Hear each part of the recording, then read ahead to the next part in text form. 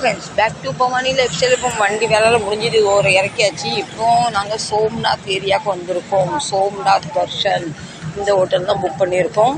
இனி அடுத்து வாங்க நம்ம ஹோட்டலுக்குள்ளே போகலாம். அதுக்கப்புறம் நம்ம என்ன செய்யறோம் ஏது செய்யணும் பார்க்கலாம். எல்லாம் பயங்கர டயர்டில் இருக்காங்க. வாங்க போகலாம். டிரைவர் கூட அவ்வளோ டயர்டாக இருக்க மாட்டார் போல. உட்காந்துட்டு இருந்தவங்க அவ்வளோ டயர்ட் ஆகிடுச்சு. ஆனால் பிள்ளைங்களாம் இன்னும் எனர்ஜிக்கடாக தான் இருக்காங்க. ஃபஸ்ட்டு ஒரு ஹோட்டல் புக் பண்ணியிருந்தோம். அதோட பெரிய ஹோட்டல் போல் பார்க்க அப்படி இருக்குது. சோம்நாத்னா வேறு யாரும் இல்லை, இந்த சிவன் கோவில் தான் போகிறோம். சரிங்களா, போகும்போது பார்த்துக்கலாம். இப்போ அவரோட ஃபோட்டோ பார்த்துக்கோங்க. இப்போ நமக்கு ஸ்டார்டரில் ஜூஸ் பண்ணியிருக்காரு. எல்லோ கம்பெனி ஜூஸை கொடுத்தாங்க. நாங்களும் ஜூஸை கேட்க வேண்டி ஈன்னு பல்ல காய்ச்சிட்டு குடிக்கிறோம். வெல்கம் ரிசப்ஷன் ஏரியா ரொம்ப சூப்பராக இருக்குது. எனக்கு ரொம்ப இந்த இடம் பிடிச்சிருக்கு. ஜூமரெல்லாம் மாட்டி ரொம்ப ஹைஃபையாக நல்லா கிராண்டாக இருக்குது. சரி, இந்த வெளியே நல்லாயிருக்கு. உள்ளே எப்படி இருக்குன்னு போய் பார்க்கலாமா? வாங்க போகலாம். வந்தாச்சு. இது பாருங்க, கீழேருந்து நாங்கள் உட்காந்துருந்து பார்த்தீங்களா, லாஸாக கொடுத்துருக்கு. அழகான ஒரு பூத்தொட்டி, இங்கே அழகான ஒரு பெயிண்டிங், இங்கே நோட்டு கொடுத்துருக்காங்க 406. பரவாயில்ல, ரூம் ரொம்ப நீட்டாக இருக்குது, ரொம்ப நல்லாயிருக்கு. 3 பெட்டு கொடுத்துருக்காங்க. ஒரு சின்ன பெட்டு, ஒன்று பெருசு, ஒன்று சின்னது. வாஷ்ரூம் சுத்தமாக இருக்குது. இங்கே பிளாக் டீ எல்லாம், பால் பவுட்ரு, டீ பவுட்ரு, கப்பு, வெந்நி எல்லாம் வச்சுருக்காங்க ரெடியாக. இப்போ பாருங்கள், எங்கன்னு பார்த்தா கீழே வந்து பக்கத்து கட்டடம் தெரியுது. பாருங்கள், சூப்பராக நானும் வந்துட்டேன். இங்கே அடுத்து பார்க்கலாம் நாங்கள் என்ன செய்ய போகிறோம். பாருங்கள், ஹோட்டலுக்கு உள்ளே இருந்து ஜன்னல் வழியாக வெளியே எட்டி பார்த்தா இந்த ஜன்னலை ஓப்பன் பண்ண முடியாது, ஏசி ஓடிக்கிட்டு இருக்குல்ல. கீழே பார்த்தீங்கன்னா சீனரி அவ்வளோ சூப்பராக இருக்குது. ஹைவே இருக்குது, அதுக்கு அந்த பக்கத்தில் இது குளம் மாதிரி இருக்குது, அதுக்கு அந்த நிறைய வீடு இருக்குது. இப்படிதான் இருக்குது இந்த ஹோட்டல். நாங்கள் ஃபஸ்ட் எடுத்த பட்டுக்கு அதோட இது கொஞ்சம் ஹைஃபை, கொஞ்சம் காஸ்ட்லின்னு வச்சுக்கோங்களேன். நான் இதை ரொம்ப நேரமாக ஊருக்கு ஃபோன் போடுறேன், ஃபோனே போக மாட்டேங்குது. பார்த்தா கீழே வந்து ரிசப்ஷனுக்கு மட்டும்தான் ஃபோன் போகுமா. இந்த பக்கத்தில் பாருங்கள், சூப்பராக இருக்குல்ல. இப்போ நம்ம வீடாக இருந்தோன்னா இதில் இப்படி உட்காந்துட்டு ஒரு கப்பு நிறைய காப்பி போட்டு பண்டத்தை வச்சு தின்னுக்கிட்டே கீழே பார்த்தா நேரம் போல தெரியாது. சூப்பராக வெந்நி வச்சு குளிச்சுட்டு இப்போ சோம்நாத் தர்ஷன் பண்ண போகிறோம். துணிலாம் மாற்றி குளிச்சு எடுத்து ரெடி ஆகிடுச்சு. வாங்க போகலாம். பெரிய ஹோட்டலில் நோட்டீஸ் பண்ணுறது என்னென்னா, இதை நம்ம வெளியே எடுத்தோன்னா இந்த லைட்டு, ஃபேனு எல்லாம் டோட்டலாக நின்றுடும்.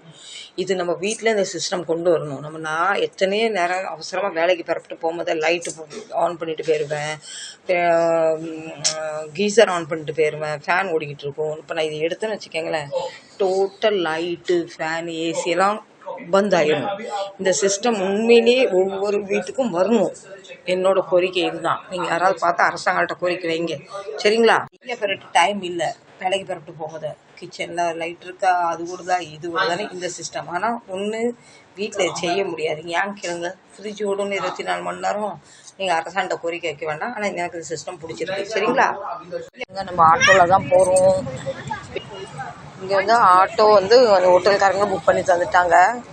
அந்த ஏரியா வந்து ரொம்ப சின்ன ஏரியா, போகிறது கஷ்டம். ஆட்டோவில் தான் போகிற செட்டிங்னு ஹோட்டல்காரங்க புக் பண்ணி வாங்க, நம்ம ஆட்டோவில் உட்காரலாம். ரெடி, ஜெய் சோம்நாத் ஜி கி. இந்த ஏரியா பாருங்கள், இப்படி தான் இருக்குது. பெரிய பெரிய வழி ஒன்றும் இல்லை. இதில் வந்து கார்லாம் போகிறது கஷ்டமாக பார்த்துக்காங்க. இவ்வளோ தான் ரூட் இருக்குது. அதனால் ஆட்டோவே புக் பண்ணியாச்சு. நாங்கள் அப்படி சொல்லலை, அந்த ஹோட்டல்காரன் அப்படி சொன்னார், உங்கள் கார்லாம் செட் ஆகாது, ஆட்டோவே போங்க, அதான் உங்களுக்கு நல்லதுன்னு. அதனால ஆட்டோவில் உட்காந்து நம்ம பிரயாணத்தை பிறப்பாச்சு ஆரம்பித்தாச்சு. நம்ம இப்போ அந்த கோயிலுக்கு வந்தாச்சு. ஒரு ஐயர் சொன்னார், உங்களுக்கு நேர் தரிசனம் கொண்டு போகிறேன்னு. அவருக்கு வந்தோடனே ஃபோன் பண்ண சொன்னார். எங்கள் அக்கா பையன் ஃபோன் பண்ணிக்கிட்டு இருக்கான். அதனால் நாங்கள் வெயிட்டிங்கில் இருப்போம். நான் ஃப்ரெண்ட்ஸ் இந்த கோயிலெலாம் யூடியூப்லேயும் மொபைல்லையும் டிவியில் தான் பார்த்தேன். எனக்கு இங்கே வர்றதுக்கு கொடுப்பனை இருக்குது. இல்லை, எனக்கு வந்து இங்கே வர்றதுக்கு ஒரு கிருபை தந்தது கடவுளுக்கு வந்து தேங்க்யூ சொல்லி ஆகணும். நான் நினச்சி கூட பார்க்கல இந்த மாதிரி நான் சாவதுக்கு முன்னாடி இந்த மாதிரி கோயிலுக்கு புண்ணிய ஸ்தலத்துக்குலாம் வருவேன்னு. என் காலுமே இந்த பூமியில் பதிவுறதுக்கு கடவுளுக்கு கிருபை பண்ணது கடவுள் நன்றி. வெறும் மொபைல்லேயும் நேர்லேயும் பார்த்த காட்சி இப்போ நான் தொட்டு நான் பார்க்க போகிறேன். அதை நினைக்கும் போது எனக்கு ரொம்ப பெருமையாக இருக்குது. அதெல்லாம் எப்படி எடுத்துப்பேன் எனக்கு தெரியாது. நான் சாமி விஷயத்தில் ரொம்ப பயபக்தியாக இருப்பேன், சரிங்களா. புண்ணிய ஸ்தலத்தில் நடந்து போகிறதுக்கு கடவுள் எனக்கு கிருபை தந்தார் பார்த்தீங்களா. ரொம்ப சொல்கிற வார்த்தையே இல்லை. நான் ஃப்ரெண்ட்ஸ், நான் என்னோடய குடும்பம், நான் என் பசங்க, என் மருமக தமிழ்நாடு மும்பை அதை விட்டு வெளியே போனதில்லை. மற்ற எங்கள் அக்கா குடும்பம் எல்லாமே வருஷம் வருஷம் வெளியே போவாங்க. எனக்கு இது ஃபர்ஸ்ட் டைம். அதனால கூட நான் இவ்வளோ ஒரு ஆர்வமாக இருக்கலாம். நெக்ஸ்ட் டைம் கண்டிப்பாக நான் 2 பசங்க, என் மருமக, என் பேத்தி, நாங்கள் இந்த மாதிரி இடத்துக்குலாம் வரணும். அது கடவுளை அனுகிரகம் பண்ணணும். ஆனால் எனக்கு நம்ம தமிழ்நாடை விட்டுட்டு எங்கேயும் போக பிடிக்காது. ஆனால் இங்கே கோயில் ஸ்தலம்லாம் இருக்குது பார்த்தீங்களா, பெரிய பெரிய புண்ணிய ஸ்தலம். அதனால ரொம்ப ஆர்வமாக இருக்கிறேன். மத்தியானத்துலேருந்து எனக்கு கொஞ்சம் உடம்பு கொஞ்சம் டல்லாகிட்டு, என்னன்னு தெரில. தொண்டை கரகரன்னு சொல்லுது, தொண்டை வலிக்குது, காய்ச்சல் அடிக்க மாதிரி இருக்குது, குரலே டல்லாகிட்டு, உடம்புலாம் வலிக்குது. அதனால் இன்னைக்கு தரிசனம் பண்ணி ஆகணும்னு இறங்கியாச்சு. நம்ம ஐயரும் வந்துட்டாரு. இப்போ என்ன பிரச்சனை, மொபைலு உள்ளே கொண்டு போகக்கூடாதான், மொபைலை லாக்கரில் வைங்க. இதுவுமே உள்ள என்ன எதுன்னு காட்ட முடியாது போல், டென்ஷனாக இருக்குது. மொபைலை ஒழிச்சு கொண்டு போகலாம் பார்த்தா இந்த மிஷின் உள்ள போகிறவங்களாம் கூன்னு அடிக்குது. பின்ன எனக்கு தரிசனம் கிடைக்காம போயிருமானு எல்லா மொபைலையும் இப்போ கொடுத்துடலாம். மொபைல் ரखने अंदर என்ன புண்ணியம் செஞ்சேன்னு தெரில. இன்னைக்கு கடவுள் எனக்கு கொடுத்த சாட்சி பார்த்தீங்களா, சொல்ல முடியாது. அந்த கொட்டு அடிக்கும் போதையும் அந்த கோயிலை கண்டிப்பாக மனுஷங்க ஒருத்தவங்களும் இந்த உலகத்தை விட்டு போகிறதுன்னா பார்க்கணும். நான் திருப்பதிக்கு வருஷம் போயிருக்கேன் ராஜா, நான் வருஷம் போயிருக்கேன். ஆனால் இதில் ஒரு பிரம்மாண்டம். அந்த கொட்டு அடித்து அந்த ஆர்த்தி எடுக்கும் போது என் கண்ணில் தர கண்ணீர் தான். எனக்கு மொபைலில் கொண்டு போய் உங்களை காட்டணும்னு நினைக்கிறேன், ஆனால் காட்ட முடியல. போலீஸ்காரங்க சொல்கிறாங்க இது நம்ம கோவில், இந்து தர்ம கோவில் எல்லாம் ரகசியமேவை. இது வந்து நம்ம எதிரிக்கு யாருக்கும் நம்ம எந்த இடத்துல என்ன இடம் இருக்குன்னு தெரியக்கூடாது. வீடியோ எடுத்து நீங்கள் போட்டுருவீங்க, யாராவது அதை ஃபாலோ பண்ணி வீடியோ வந்து வைரல் ஆகிரும். நம்ம கோயில் ரகசியம் தெரியக்கூடாதுன்னு சொல்கிறாரு. ஆனால் அவர் என்கிட்ட சொன்னதை நான் உங்கள்கிட்ட சொல்கிறேன், வேற ஒன்றும் இல்லை. நான் சொல்கிறேன் ஃப்ரெண்ட்ஸ், கண்டிப்பாக நம்ம இந்துவாக பிறந்தா சாவருக்கு முன்னாடி இந்த கோயிலை கண்டிப்பாக நம்ம பார்க்கணும். நான் திருப்பி கடவுளை சொல்கிறேன், நான் புண்ணியம் பண்ணியிருக்கேன்னு.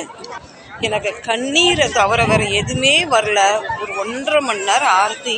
நம்ம ஊரில் வந்து அந்த பிபி மோளம் அடிப்பாங்களே, அப்படி இல்லை. இங்கே வேற கொட்டு. அந்த இடத்துல எனக்கு அழுக தவிர வேறன்னு சொல்ல, அழுகு தொண்டையை கட்டிட்டு. எனக்கு கண்டிப்பாக ஒரு தடவை நீங்கள் வந்து இந்த கோயிலை விசிட்டிங் பண்ணுங்கள். நான் சொல்லி தெரியறதை விட நீங்களே பார்க்கறது தான் உச்சுதான் நான் நினைக்கிறேன். இந்த கோபுரம் தெரியுது பார்த்தீங்களா, அங்கே தான் போயிட்டு வரும். நம்ம டைரெக்டாக இங்கேருந்து நடத்தி கூட்டு போகிறதில்ல. அந்த ஏர்போர்ட்டில், ரயில்வே ஸ்டேஷனில் வண்டி இருக்கும் பார்த்தீங்களா, அந்த மாதிரி வண்டியில் தான் கூப்பிட்டு போகிறாங்க. நிறைய பேர் என்ன பாவம் பண்ணவன்னு சொல்கிறாங்க. ஆனால் நான் புண்ணியம் பண்ண இப்போ நெச்சில் அப்படி அடித்து நான் சொல்லுவேன்.